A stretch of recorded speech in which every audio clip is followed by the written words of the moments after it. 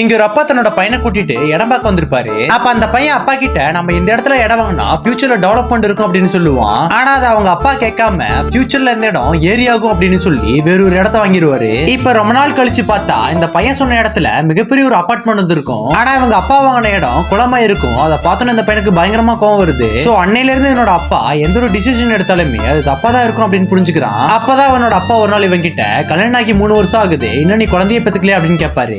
இவனுமே அதை கேட்ட பிறகு தன்னோட அப்பா வண்டியில உட்கார வச்சுக்கிட்டு அந்த ஊர்ல பெரிய ஹாஸ்பிட்டல் கூட்டிட்டு போறான். அங்க டெலிவரி சார்ஜ் எவ்வளவுன்னு கேட்கும் போது 6,50,000 ரூபாய் அப்படின்னு சொல்லுவாங்க.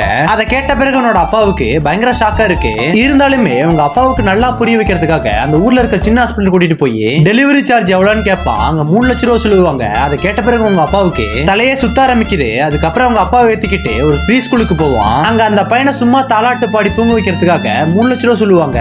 அதுக்கப்புறம் பிறக்க போற குழந்தைய ஒரு ஸ்கூல்ல சேர்த்துறதுக்காக ஸ்கூல்ல ஃபீஸ் எவ்வளவுன்னு கேட்கும்போது 75 லட்சம் அப்படின்னு சொல்லுவாங்க. அதுக்கப்புறம் அந்த குழந்தைய காலேஜ் படிக்க வைக்கிறதுக்காக காலேஜுக்கு கூட்டிட்டு போய் காட்டுவான். அப்ப இன்டர்மீடியட் காலேஜ்னா அதுக்கு 3 லட்சம் ரூபாய். அதே இன்ஜினியரிங் படிக்கணும்னா வருஷம் 1 கோடி ரூபாய். அது டாக்டர்னா எவ்வளவுன்னே தெரியாது அப்படின்னு சொல்லுவான். அதை கேட்ட பிறகு உன்னோட அப்பா நீ குழந்தைய பெத்துக்க வேணாம் அப்படின்னு சொல்லிட்டு அந்த இடத்த விட்டு ஓடி போயிருவாரு. உண்மையாலுமே இந்த காலத்துல நீங்க குழந்தைய படிக்க வைக்கணும்னா அதுக்கு எவ்வளவு ஆகும் அப்படின்னு கமெண்ட்ல சொல்லிட்டு போங்க.